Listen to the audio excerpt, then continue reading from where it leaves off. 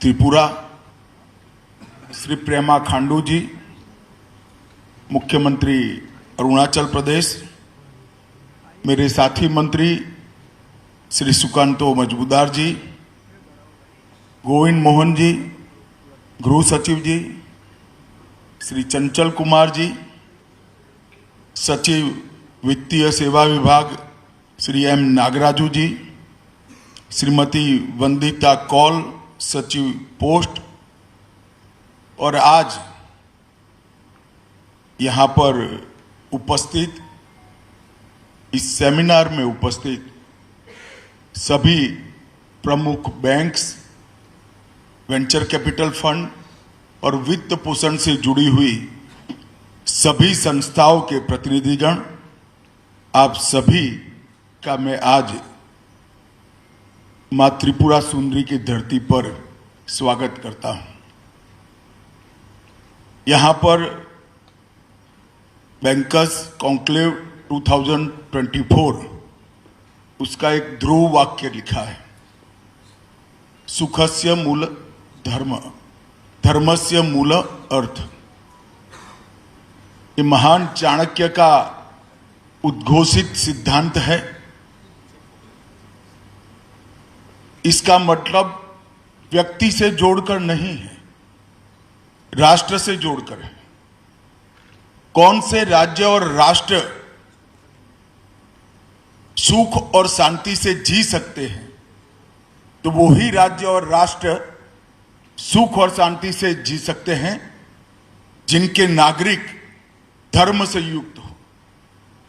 धर्म यहां रिलीजन के रेफरेंस में नहीं है, धर्म यहां कर्तव्य के रेफरेंस में है। जिस राष्ट्र के नागरिक कर्तव्य पथ पर चलते हो, वही राष्ट्र सुख और शांति से रह सकता है। मगर उन्होंने आगे भी एक सूत्र कहा है, धर्मस्य मूलम सुख अर्थ। तो किस राष्ट्र के नागरिक कर्तव्य पथ पर चल सकते हैं, तो उन्होंने कहा है वही राज्य के नागरिक कर्तव्य पथ पर चल सकते हैं जो सुख और अर्थ से, मतलब धन से संपन्न हो, उन पर आर्थिक कोई आपत्ति न हो। तो एक प्रकार से हर एक राष्ट्र और राज्य की बेसिक जरूरियात है कि उसका हर नागरिक अर्थ से संपन्न हो और अपना जीवन यापन शांति से कर सकता हो। ये चाणक्य का सूत्र, चाणक्य के अर्थशास्त्र के बेसिक सिद्धांतों में से एक है। और आज यहां पर हम सब उत्तर प्रदेश से बड़े भूभाग नॉर्थ ईस्ट, जिसकी संभावनाओं में हम एक्सप्लोर करने में बहुत लेट हो गए हैं, वो नॉर्थ ईस्ट के आर्थिक रूप से संपन्न बनने की चिंता के लिए। अभी सिंधिया जी ने बताया, मोदी जी के 10 साल के अंदर हमारे देश की अर्थव्यवस्था 11वें नंबर से 5वें नंबर पर पहुंची, और 2027 में हमारा संकल्प और निश्चित रूप से होने वाला है कि हम 5वें नंबर से संसार की 3रे नंबर की अर्थव्यवस्था बन जाए। मगर ये पर्याप्त है क्या? किसी भी राज्य के लिए, देश के लिए पर्याप्त है क्या? ये पर्याप्त नहीं। छोटे छोटे जो 2 करोड़, 3 करोड़, 5 करोड़ की आबादी वाले देश है, उसके लिए पर्याप्त हो सकता है, क्योंकि वहां जीडीपी बढ़ना, अर्थव्यवस्था बढ़ना सीधा सम विकास की ओर जाता है, क्योंकि आबादी छोटी है। मगर 140 करोड़ की जनसंख्या और इतनी विषम भौगोलिक स्थिति वाले देश के लिए अर्थतंत्र का बढ़ावे के साथ साथ हर क्षेत्र से मतलब है राज्यों का समूह, जैसे हमारा नॉर्थ ईस्ट है, हर राज्य, नॉर्थ ईस्ट का हर एक राज्य, हर गांव और हर व्यक्ति, उसका आर्थिक विकास ही देश के आर्थिक विकास का सही मायना हो सकता है। जब तक देश के 140 करोड़ के लोगों के आर्थिक विकास को हम परिपूर्ण नहीं कर सकते, तब तक हम विकसित राष्ट्र नहीं बन सकते। विकसित राष्ट्र की कल्पना ही वही है, हर व्यक्ति अपने और अपने परिवार के पालन करने में सक्षम हो, हर व्यक्ति के पास बेसिक सुविधाएं हो और हर व्यक्ति देश के विकास में कंट्रीब्यूट करता हो। वही राष्ट्र विकसित राष्ट्र बन सकता है। और मित्रों, जब उत्तर प्रदेश से कई बड़े भूभाग वाला नॉर्थ ईस्ट, यहां पर आर्थिक संपन्नता कम हो, विकास कम हो, लोगों में सुख शांति न हो, तो भारत कैसे विकसित राष्ट्र बन सकता है। नरेंद्र मोदी जी के नेतृत्व में हमने एक संकल्पना की कि जब देश आजादी की शताब्दी मनाता होगा 15 अगस्त 2047 को, उस वक्त पूरे संसार के अंदर हर क्षेत्र में भारत नंबर 1 होगा और भारत पूर्ण विकसित देश। तो जब पूर्ण विकसित देश बनना है, तब हर क्षेत्र, हर राज्य और हर व्यक्ति इसके सुख की चिंता करनी पड़ेगी, अभी से करनी पड़ेगी, तभी जाकर 2047 में हम विकसित राष्ट्र बन सकते हैं। यहां पर आज की कॉन्क्लेव का विषय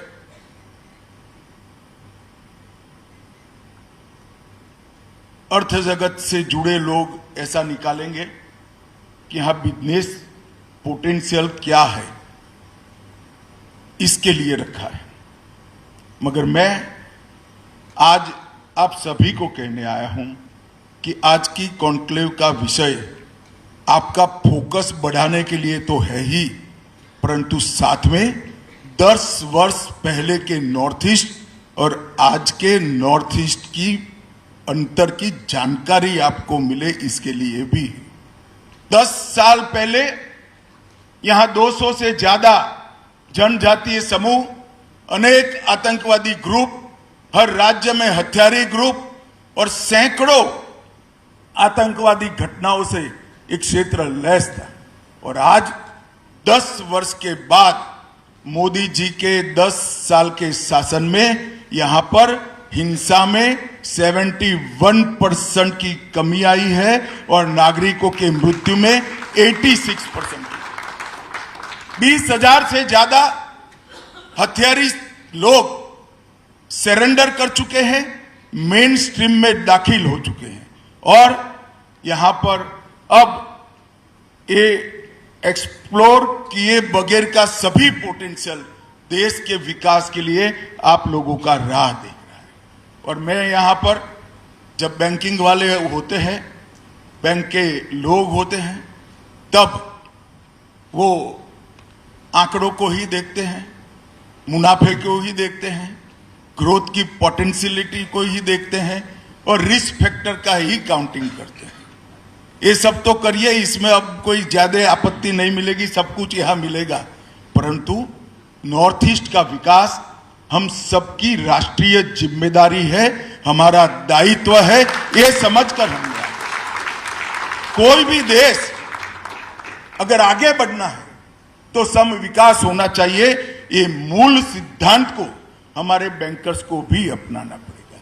मेरा आप सबसे अनुरोध है, संवेदनापूर्ण अनुरोध है कि नॉर्थ ईस्ट में सिर्फ बिजनेस पोटेंशियल और मुनाफे की दृष्टि से मत देखिए, नॉर्थ ईस्ट को रिस्पॉन्सिबिलिटी की दृष्टि से देखिए। आपकी जिम्मेदारी है नॉर्थ ईस्ट को आगे बढ़ाना। और यहां पर आज अनेक प्रकार का पोटेंशियल पड़ा है, टूरिज्म से लेकर टेक्नोलॉजी तक, एग्रीकल्चर से लेकर एंटरप्रेन्योर तक, फाइनेंस से लेकर फिशरीज तक और बैंकिंग से लेकर बिजनेस तक।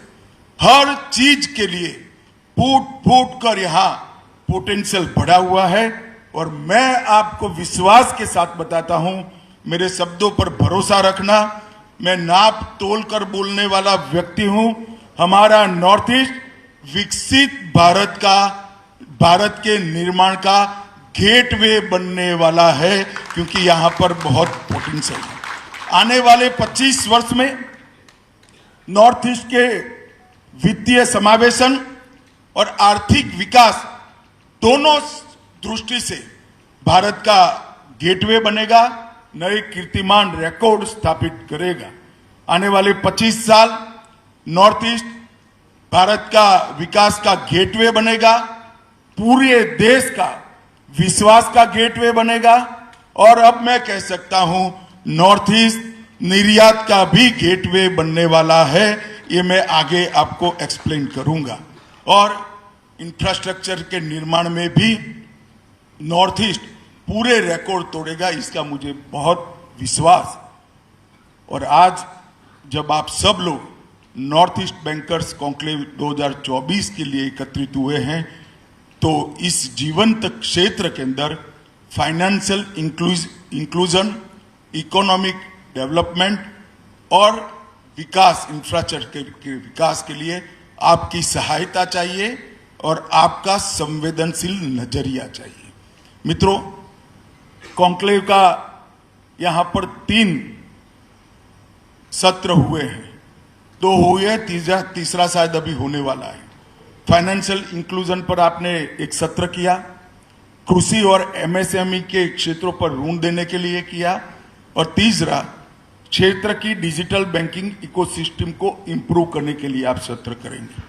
परंतु मैं आज यहां पर आपको कहना चाहता हूं, बैंकिंग सेक्रेटरी भी यहां पर उपस्थित है, रिजर्व बैंक के भी लोग उपस्थित है और देश की सभी प्रमुख बैंक के प्रतिनिधि भी हैं। क्या नॉर्थ ईस्ट के अंदर फाइनेंस के लिए, किसी भी प्रकार का फाइनेंस हो, इंफ्रास्ट्रक्चर का हो, एग्रीकल्चर का हो, एमएसएमई का हो या पर्सनल लोन का, इसके लिए पैरामीटर्स आपने जो बनाए हैं, रिजर्व बैंक ने गाइडलाइन बनाई है, नाबार्ड ने जो गाइडलाइन बनाई है, वो पूरे देश की गाइडलाइन, वही गाइडलाइन नॉर्थ ईस्ट की होनी चाहिए क्या? कैसे कर सकते हैं? नॉर्थ ईस्ट की और पूरे देश की गाइडलाइन एक नहीं हो सकती। जरूरियात है नॉर्थ ईस्ट के लिए अलग पैरामीटर्स के साथ फाइनेंस की गाइडलाइन। और मैं आज कहना चाहता हूं, secretary banking, chairman NABARD, RBI और एसबीआई की ये जिम्मेदारी है कि एक अच्छे दृष्टिकोण के साथ जो नॉर्थ ईस्ट की अभी की कैपेसिटी है उसको दृष्टिगत रखते हुए एक विशिष्ट प्रकार की गाइडलाइन फाइनेंस के लिए, नॉर्थ ईस्ट के लिए अलग बनाई है। यहां बहुत बड़ा पोटेंशियल पड़ा है और मैं आज आपको बताना चाहता हूं, नॉर्थ ईस्ट हमारे देश का एक्सपोर्ट का गेटवे बनने वाला है। कुछ साल पहले बांग्लादेश और भारत के एनक्लेव्स चेंज कर लिए गए। उस वक्त आजादी के बाद भारत का कुछ हिस्सा बांग्लादेश के अंदर था, बांग्लादेश का कुछ हिस्सा भारत के अंदर था। इसके चलते इंफ्रास्ट्रक्चर के बनाने में और रख रखाव में बड़ी दिक्कत आती थी। मोदी जी ने पहल कर कर आजादी के 75 साल बाद संविधान को सुधार कर बांग्लादेश से वार्ता कर कर बांग्लादेश और भारत के एनक्लेव्स का एक्सचेंज का काम किया। इसके कारण आज हमारे वाटरवेज चिटगोंग के साथ जुड़ चुके हैं और चिटगोंग की बंदरगाह पूरे नॉर्थ ईस्ट से अपना उत्पाद दुनिया के साथ भेजने के लिए आज खुली पड़ी है। और इसके कारण पहले जो एक प्रकार की एनोमली बनी थी, यहां आबादी कम है, भूभाग ज्यादा है, आबादी कम है तो कंजम्पशन कम है, कंजम्पशन कम है तो मैन्युफैक्चरिंग एक सीमित मात्रा में ही होता है, क्योंकि देश के बाकी भूभाग में भेजोगे तो ट्रांसपोर्टेशन कॉस्ट 12 to 15% आ जाती थी और दुनिया में भी नहीं भेज सकते थे क्योंकि एक भी बंदरगाह नहीं। आज आप नॉर्थ ईस्ट में कुछ भी उत्पादन करो, दुनिया भर का बाजार चिटगोंग बंदरगाह के थ्रू आपके लिए खुला है। ये हमें पूरी इकोसिस्टम को जानकर आगे बढ़ना पड़ेगा और इसके कारण मैन्युफैक्चरिंग में बांग्लादेश का पोटेंशियल बहुत बढ़ चुका है। यहाँ सस्ती बिजली है, सस्ता मैन पावर भी उपलब्ध है और अब एजुकेशन के सारे मायने भी यहाँ पर बदल चुके हैं। एक दृष्टि से सबसे ल्यूक्रेटिव स्थान मैन्युफैक्चरिंग के लिए अपना नॉर्थ ईस्ट बनने वाला है। मित्रों, जब मैं आज यहाँ आया हूँ तब इतना कहना चाहता हूँ कि 10 साल के अंदर नॉर्थ ईस्ट को आर्थिक रूप से पूर्ण विकास के लिए कनेक्टिविटी की क्रांति लगभग पूरी हो चुकी है। स्थानीय संसाधनों का सही उपयोग हो, इसके लिए इसके बाद ही मेरी नेसेक के साथ मीटिंग है। इसरो का उपयोग कर सारे संसाधनों का समुचित उपाय हो, इसके लिए भी बहुत अच्छे प्रोग्राम्स बन चुके हैं। सशक्तिकरण और समावेशी विकास की कई सारी योजनाएं आगे बढ़ी हैं और शांति और स्थिरता भी आई। नॉर्थ ईस्ट को मोदी जी ने इमोशनल, इकोनॉमी और इकोलॉजी, ये तीनों दृष्टि से सक्षम बनाने का काम नरेंद्र मोदी जी ने किया है। और पिछले 10 साल अकेले नरेंद्र मोदी जी 65 बार नॉर्थ ईस्ट में आए हैं और 10 साल में 700 से ज्यादा सेंट्रल मिनिस्टर ने नॉर्थ ईस्ट के अंदर अपनी रात बिताई है। ये बताता है कि भारत सरकार का फोकस क्या है। मित्रों, बैंकिंग के अंदर भारत में ढेर सारे रिवॉल्यूशन 10 साल के अंदर आए। सफल इंसॉल्वेंसी कानून बनाया, मुद्रा लोन, स्वनिधि लोन और 10 वर्ष में 10 लाख करोड़ की बेड रिकवरी को पूरा करने का काम भारत की बैंकों ने किया है। 10 पब्लिक सेक्टर बैंक का 4 पब्लिक सेक्टर बैंक में विलय हमने किया और लगभग जो हमारे पब्लिक सेक्टर बैंक घाटा करते थे 23-24 में 1.5 लाख करोड़ का मुनाफा हमारे पब्लिक सेक्टर बैंक ने किया है और एनपीए 2.8% से नीचे पहुंचा। ये सब तो हो गया, बैंक सक्षम हो गए। अब मेरा मूल सवाल है, जो सक्षम है उसने रिस्क उठाकर फ्यूचर बिजनेस के लिए इन्वेस्ट करना चाहिए या नहीं करना चाहिए। फ्यूचर बिजनेस के लिए इन्वेस्ट करना है तो आपके पास नॉर्थ ईस्ट के अलावे कोई डेस्टिनेशन नहीं है, क्योंकि सिंधिया जी कह रहे हैं कि 10% 12% ग्रोथ है। मैं फ्यूचरिस्टिक दृष्टि से कहने वाला हूं, अगले 10 साल तक एवरेज 20% ग्रोथ से नॉर्थ ईस्ट का विकास होने वाला है। मेरी बात आप मान, ये फ्यूचर बिजनेस को ध्यान में रखकर थोड़ा रिस्क आपको उठाना चाहिए। इसका मतलब है आपकी फाइनेंस करने की सारी पॉलिसी को थोड़ी लचीली बनाकर यहाँ के क्षेत्र, व्यक्ति और उद्योजक को एक अच्छा पैकेज देकर आगे बढ़ाना चाहिए। मित्रों, यूपीआई का भी यहाँ सबसे बड़ा फायदा यहीं पर होने वाला है, क्योंकि इतने बड़े भौगोलिक रूप से विषम क्षेत्र के अंदर जितना यूपीआई का फायदा होगा इतना कहीं पर नहीं। आज देश में 95 करोड़ से ज्यादा इंटरनेट उपभोक्ता है और 92 करोड़ से अधिक ब्रॉडबैंड के यूजर हैं। भारत के 95% गांव 3G और 4G कनेक्टिविटी से युक्त हो चुके हैं। मैं 95% गांव पर बहुत थ्रस्ट देना चाहता हूं।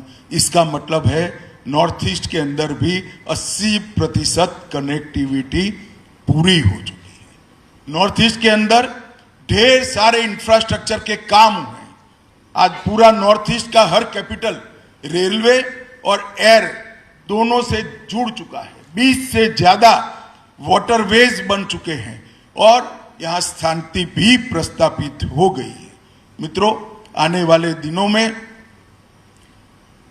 बहुत सारे इंडस्ट्रीज यहां आने की संभावना मैं देख रहा हूं। टाटा का 27,000 करोड़ का सेमीकंडक्टर का प्रोजेक्ट वो बताता है कि नॉर्थ ईस्ट के पोटेंशियल को एक्सप्लोर करने के लिए बड़े बड़े उद्योग समूह भी आगे बढ़ रहे हैं। 50,000 मेगावाट जल विद्युत की क्षमता यहां पर अभी एक्सप्लोर करे बगैर की पड़ी है। ब्रह्मपुत्र का कभी समाप्त न होने वाला पानी आधे देश को सस्ती बिजली पहुंचा सकता है और ऑर्गेनिक खेती का मार्केट भी 1.50 लाख हेक्टर यहाँ ऑर्गेनिक खेती होती है, जो विश्व का एक साथ सबसे बड़ा समूह। इसके लिए भी विश्व का बाजार हमारे लिए खुला है।